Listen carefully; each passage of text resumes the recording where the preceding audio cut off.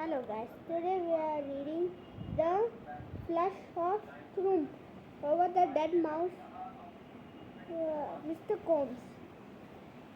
Carried forward to the next morning. As well, we met again to walk to school. Let's go in if we are still at the jar. Somebody said we approached the sweet shop. Don't wait, said firmly. It's too dangerous. Walk past us through nothing has happened. As we level shop, we saw cardboard notice hanging on the door. We stopped at stop. We had never known the sweet shop to be closed at this time in the morning, even on Sundays. Huh? What's happening? What's happened? We asked each other. What's going on? We pressed our faces and against window and looked inside. Mrs. Parchet was nowhere to be seen. Look! I cried. Gobstopper jar gone. It's not on the shelf. A gap where it used to be. It's on the floor. Someone said, it's bashed the gobstoppers everywhere. There's the mouse! Somebody else shouted. We could see it all. Huge glass jars smashed those mittens with the dead mouse lying in the wreckage. And hundreds of many colored gobstoppers were littering the floor. She got up from a shock when she grabbed hold of that dropped everything. Somebody was saying, but why did she sweep it all open, the shop? I asked. Nobody answered me. We turned away and walked towards the slightly uncomfortable. There was something not quite right about the shop being closed. Dwight was unable to respond to the explanation. We became silent. There was faint of scent of danger in the air now. Each one of us had caught a whiff of it. Alarm bells were beginning of ring faintly in ears. After a while, Twice broke the silence. She must go to head of shop. Silence.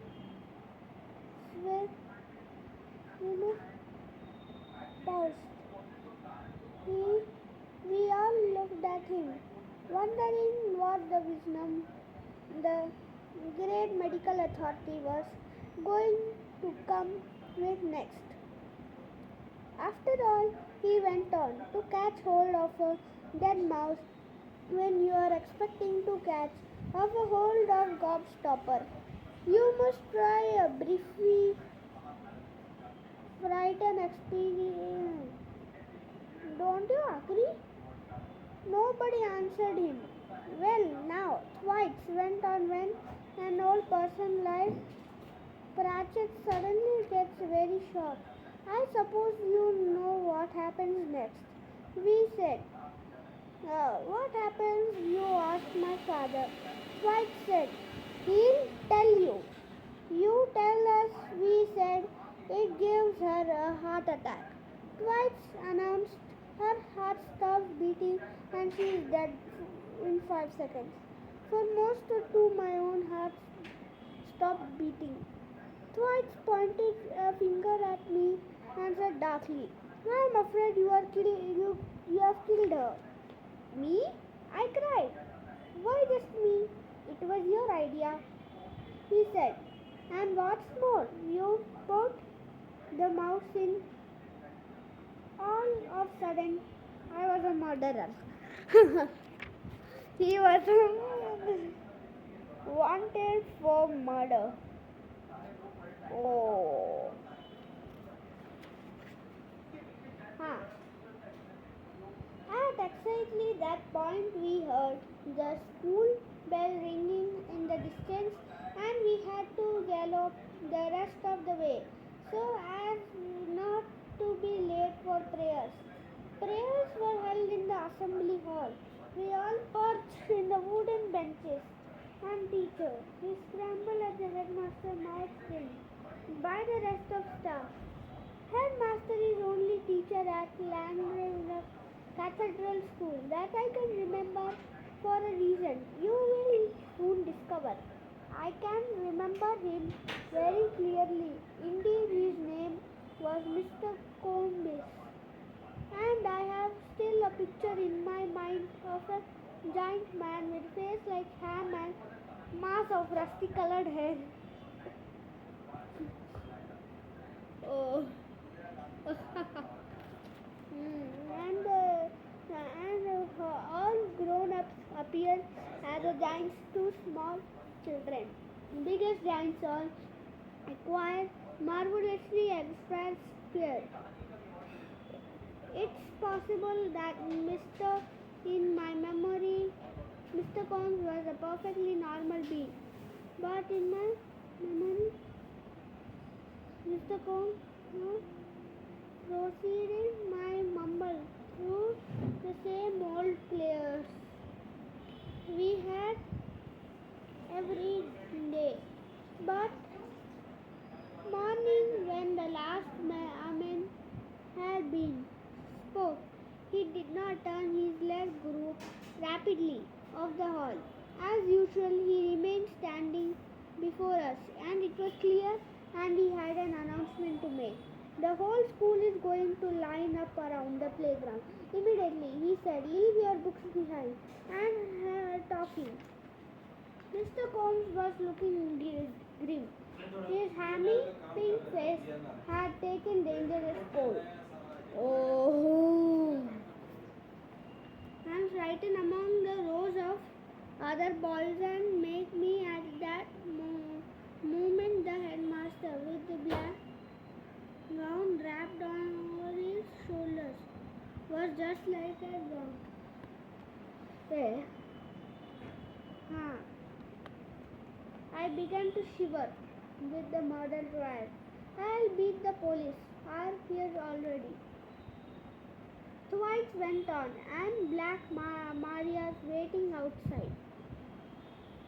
As we made our way playground, my whole stomach began to feel as it was slowly filling up with swirling water.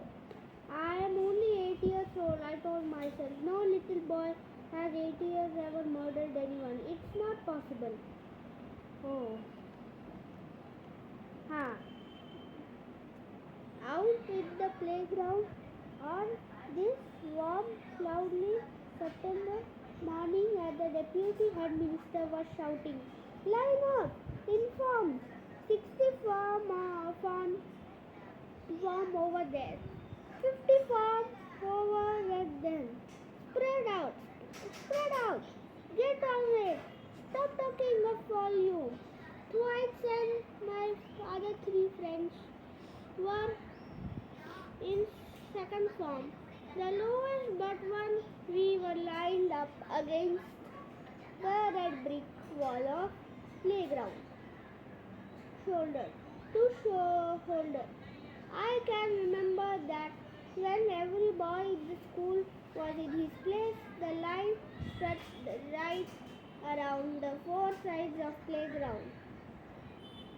About 100 small boys, all together aged between 6 and 12, of us wearing identically grey shorts and grey blazers and grey stockings and black shoes.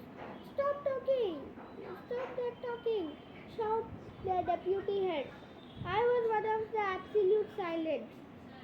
But why, for heaven's sake, were we in the playground at all? I wondered, and why we have to link.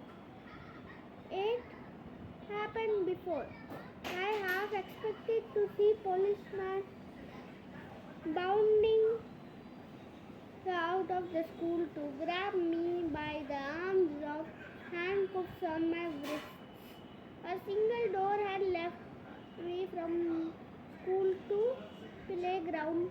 Suddenly it swung up and opened through it like an angel of death. Strode Mr.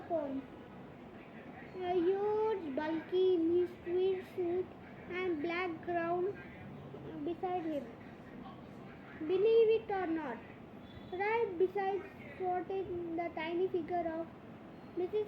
Pratchett herself. Mrs. Pratchett was alive. The relief was tremendous. She's alive, I whispered to Twilight, standing next to me. I didn't kill her.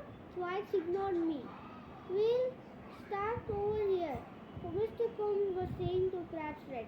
He gasped back by her, my skinny arms and led over to the sixth form of standing.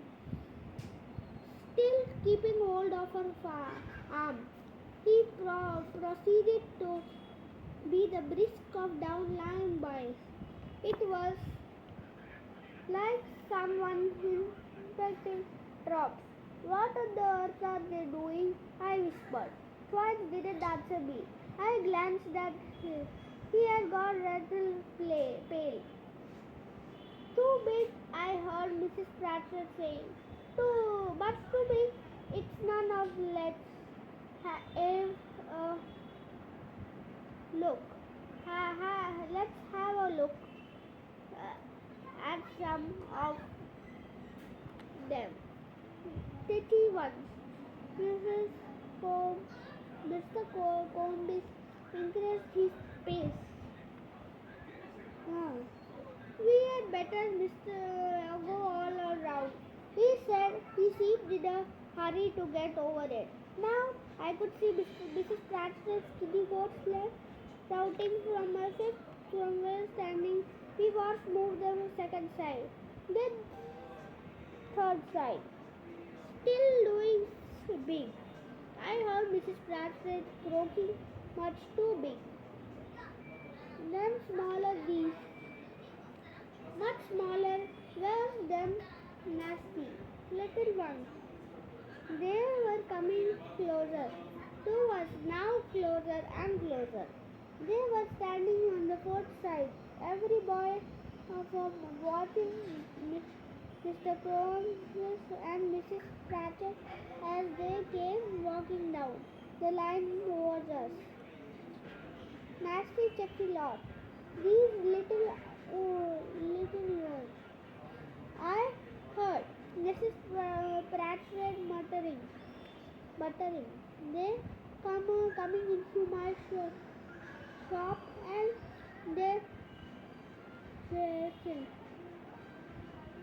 and the damn lights. Mr. Combs made no reply to this. They slick things when I ain't looking. She went on. They put their grubby hands all over everything, and they have got no manners. I don't buy these ideas. I'm horrible. I don't take to tell you that Edmaster, do I? These are the smaller ones, Mr. Combs said, standing at the face of each bird. She passed and pointed her dirty finger straight at Twice. That's him. She yelled, that's one of them. I know. I'm miles away. And the scummy little bowder. The entire school turned to look at Twice. What have I done? He stuttered, appealing to Mr. Combs. Shut up, Combs said. Mr. Pratchett's eyes flicked over and settled on my face. I sat down and felt that asphalt on the playground. But something is. Ow! It has gone badly hurt me. Ha! And much obliged to you. Master, she answered, and Mr. Combs led her away across the playground. We heard her saying right in her jaws, sticking that mouse with I will never forget as long as I live. You have to respect the Mr. Congress was muttering. About socks she wet by fingers got old of the dusty, soggy, stinking dead mouse. Her voice trailed away as Mr. Combs led her quickly through the door into the school building. Hmm. Yeah, this is a good story where I'm reading. These are the so nice.